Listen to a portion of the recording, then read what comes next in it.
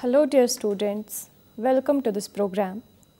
Today I am going to talk about drugs, their nature and sources, and their routes of administration. Before discussing the topic in detail, let's first note its objectives. Number 1. How are drugs defined? Number 2. What is the nature of drugs? Number 3. What are the main sources from which drugs are obtained? And number 4, what are the routes of drug administration? Let's first discuss the definition of drugs. A drug may be defined as a natural or synthetic substance which, when taken into a living body, affects its functioning or structure and is used in the diagnosis, mitigation, treatment, or prevention of a disease. A drug may also be habit-forming stimulant or narcotic substance like alcohol, cannabis, nicotine, or a derivative of poppy, which produces a state of arousal, contentment, or euphoria. Continued or excessive use of such substances causes addiction or dependence. The former refers to legal drugs and the later as illegal drugs. The term drug refers mainly to chemical or plant-derived substances that affect psychological, behavioral, or physical functions and lead to varying degrees of dependence or addiction. Let's discuss now the nature of these drugs. Based on the nature of their chemical groups, drugs can be classed into various groups: alkaloids, glycosides, flavonoids and proanthocyanidins, tannins, terpenoids, resins, and lignans. Alkaloids. The alkaloids are heterocyclic nitrogen-containing compounds, usually with potent activity and bitter taste. They are of limited distribution in the plant kingdom. The various groups of alkaloids like tropane alkaloids, pyrrolizidine alkaloids, and methylxanthine alkaloids have diverse clinical properties which are mentioned below. Tropane alkaloids have anticholinergic activity.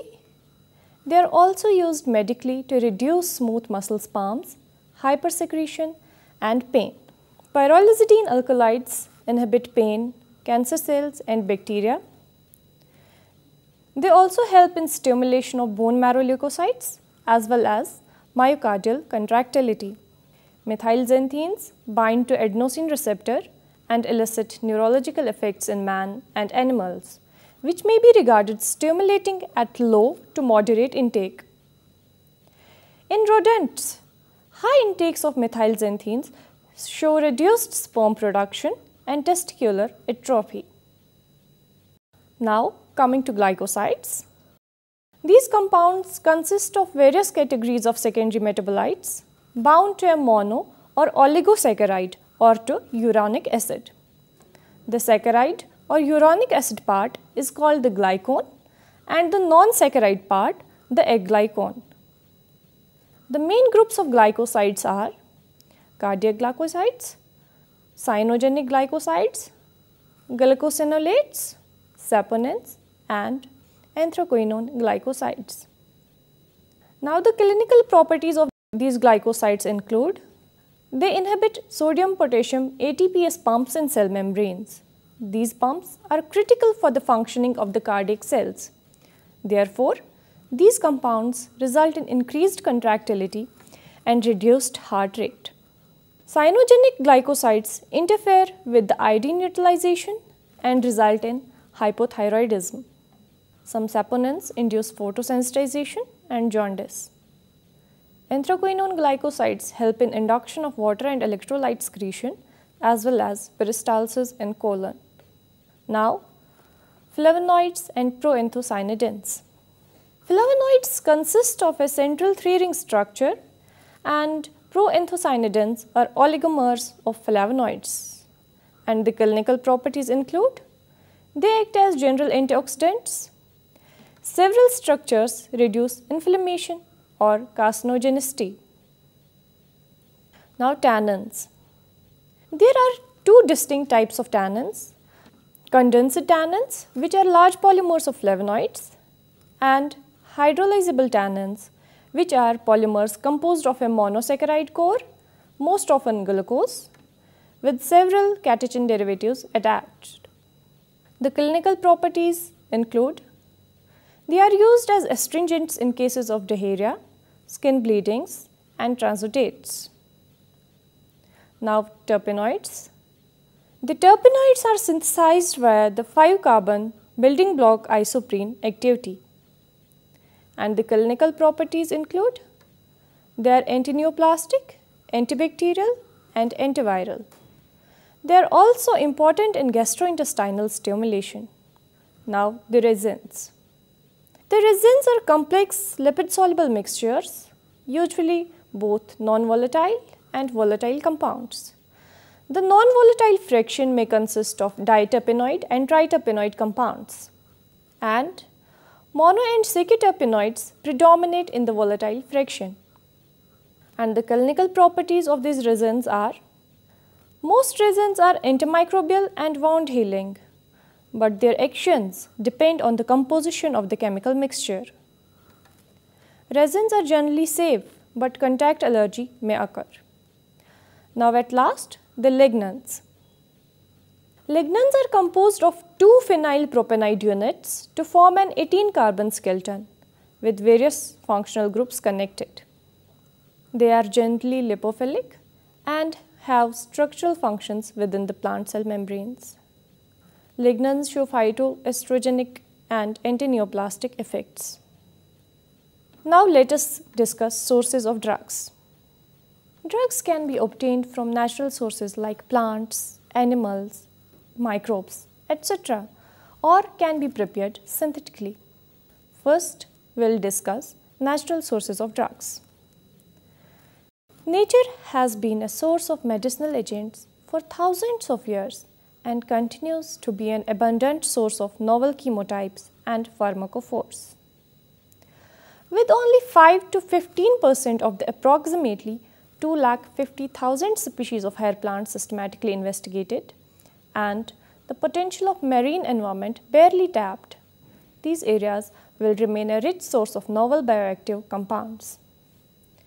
It's apparent that nature can provide the novel chemical scaffolds for elaboration by chemical and biochemical approaches, thus leading to agents that have been optimized on the basis of their pharmacological activities. First, we will discuss the plants as the sources of drugs. Plants have formed the basis for traditional medicine systems which have been used for thousands of years in countries such as China and India. These plant-based systems continue to play an essential role in healthcare, and it has been estimated by the World Health Organization that approximately 80% of the world's inhabitants rely mainly on traditional medicines for their primary health care. Examples of important plant compounds developed for the benefit of human health are: ephedrine, first isolated from Ephedra sinca, is the basis for the synthesis of the anti-asthma agents salbutamol and salmeterol. Now, tubocurarine. It's the muscle relaxant isolated from Cododendron and Curaria species and used by indigenous groups in the Amazon as the basis for the arrow poison curare. Vinblastine and vincristine, isolated from Catharanthus roseus, has anticancerous properties. Papaver somniferum has given rise to 4 important medicines. The plant is very old painkiller and a sedative.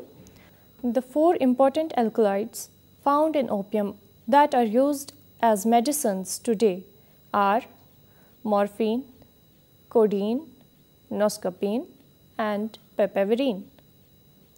Now, citrinquine. It's isolated from the plant Citricornus nux vomica. This compound is used as a muscle relaxant in connection with operations for killing animals, and due to its bitter taste, it enhances the gastric juice production, leading to a better appetite. Now, quinine. Malaria is one of the most fatal diseases worldwide. An old, well-known remedy for treatment of malaria is the quinine, isolated from the bark of tree Cinchona species. Now, artemisinin. Artemisia annova is an old Chinese anti-malaria remedy called Qianhou. This was shown to be an effective remedy both as prophylaxis and in the treatment of malaria. Now, podophyllatoxin. It's a resin compound isolated from the roots of Podophyllum peltatum.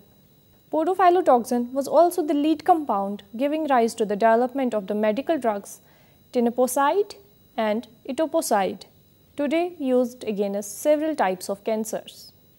Now we will discuss the microbes as the source of drugs. The accidental discovery of penicillin from the filamentous fungus Penicillium notatum by Fleming in 1929 and the observation of the broad therapeutic use of this agent in the 1940s ushered in a new era in medicine, the so-called golden age of antibiotics. This discovery promoted the intensive investigation of nature as a source of novel bioactive agents, and microorganisms have proved to be a prolific source of structurally diverse bioactive metabolites, which have yielded some of the most important products of the pharmaceutical industry. And these include antibacterial agents such as penicillins from Penicillium species, cephalosporins from Cephalosporin cryptosporidium, tetracycline from the actinomycetales. The immunosuppressive agents like the cyclosporins and rapamycin from Streptomyces species, the cholesterol lowering agents such as mevastatin and lovastatin from Penicillium species, and antihelminthics and antiparasitic drugs such as ivermectins from Streptomyces species. Cyclosporin A, isolated from the microfungus Tolypocladium inflatum, has immunosuppressive properties. This product revolutionized the survival period for people needing transplantation of organs and has given a large number of people an elongated life. Now, the marine sources of drugs. The world's oceans, covering more than 70% of the Earth's surface, represent an enormous resource for the discovery of potential chemotherapeutic agents. The first notable discovery of biologically active compounds from marine sources was the isolation of the C nucleosides spongouridine and spongothymidine from the Caribbean sponge Cryptotheca crypta in the 1950s. These compounds were found to possess antiviral activity. The sea hare Dolabella auricularia from the Indian Ocean is the source of more than 15 cytotoxic cyclic and linear peptides called the dolostatins. The extremely potent venoms of predatory corn snails have yielded complex mixtures of small peptides which have provided models for the synthesis of novel painkillers. The other sources of drugs include teprotide, isolated from the venom of the pit viper Bothrops jarasca, is used in the treatment of cardiovascular diseases. Now, epibetidine, present in the skin of a frog Epipedobates tricolor, has been shown to be 200 times more stronger painkiller than morphine. This was discovered because natives used the extract of the skin as an arrow poison. Now we will discuss synthetic sources of drugs. Synthetic drugs are synthetic compounds of naturally occurring chemicals, for example, synthetic marijuana and bath salts. The short-term toxicity of these drugs has been shown to be problematic for individuals and could have lifelong impacts also. However, as these drugs have only recently infiltrated society, not much is known about the long-term effects and further research is needed. Based on their chemical makeup, synthetic drugs are commonly divided into two categories. First, we will discuss cannabinoids. Popularly known as K2 or spice, cannabinoids are chemically formulated versions of synthetic marijuana that consist of lab-manufactured tetrahydrocannabinol. Users report greater anxiety, discomfort, nausea, confusion, paranoia, desire for the feeling to end. These synthetic chemicals negatively affect short-term memory, emotional stability, motivation, learning, reasoning ability, and stamina. Now, cathinones. Often known as bath salts, cathinones contain chemical compounds that mimic the effects of cocaine. This is a powerful drug that causes severe side effects. Bath salts are sold as crystalline powder with names such as Everywave, Glow, Red Dove, Vanilla Sky, Aura, ZS2, Zoom, Bliss, Blue Silk, White Lightning, Ocean, Charge, White Dove, and others. The symptoms of bath salt use are severe paranoia, seizures, violent behavior, decreased need for sleep, hallucinations, lack of appetite, chest pain, and self-mutilation. Users frequently describe the high as horrible and report seeing demons, monsters, foreign soldiers, or aliens. Some have symptoms for 2 to 3 days. Some require long-term psychiatric care because their symptoms do not improve. Long-term health problems that result from the use of bath salts are kidney failure, long-term mental illness, increased risk of suicide, self-mutilation, liver failure, and death. Now we will discuss the routes of drug administration.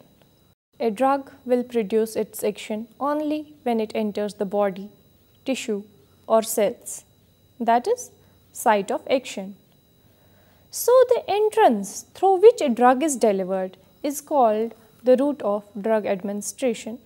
There are various ways of administering a drug or a chemical to a site in a patient or animal from where the chemical is absorbed into the blood, and these include systemic route and local route.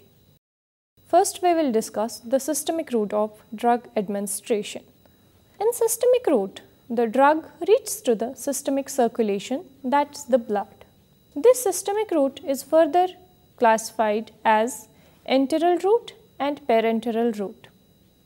In enteral route, the drug is placed in the gastrointestinal tract and it absorbs to the blood. The drug can be administered into gastrointestinal tract through oral route, sublingual route, or rectal route. In oral route, the drug is placed in the mouth and swallowed, and absorption takes place along the whole length of the gastrointestinal tract. But drug administration through oral route is sometimes inefficient because only part of the drug may be absorbed and destruction of drug occurs by gastric acid and digestive juices. The most important concept associated with oral route of drug administration is the first pass effect. The first pass effect is the term used for the hepatic metabolism of a pharmacological agent when it is absorbed from the gut and delivered to the liver via the portal circulation. The greater the first pass effect, the less the agent will reach the systemic circulation when the agent is administered orally. Now the sublingual or buccal route. In this route of drug administration, the drug is placed under the tongue and absorption occurs in the mouth. So, rapid absorption occurs and the drug is quite stable because the drug does not go to the stomach. so it is not destroyed by the enzymes and acids present in the stomach. Now rectal route. In this form, a drug is mixed with a waxy substance that dissolves or liquefies after it is inserted into the rectum. Because the rectum's wall is thin and its rich blood supply, the drug is readily absorbed. It is prescribed for people who cannot take a drug orally because they have nausea, cannot swallow, or have restrictions on eating, as is required after many surgical operations. Now, parenteral route of drug administration. In this route of administration, the drug does not pass through the gastrointestinal tract. It directly reaches to the blood. The drug can be administered with the help of injections, which can be intravascular, intramuscular, or subcutaneous, or without injections, which include inhalations. Injections can be given to unconscious patients and it has quick action, but there is greater risk of adverse effects because high concentration is attained rapidly and pain occurs at the site of injection. Drug administration without injections is pain-free and rapid onset of action occurs due to rapid access to circulation. Now, the local or topical route of drug administration. In this route, the drug is applied on the skin and mucous membrane for the local action. It's all about this topic. Hope you understood well. Thank you.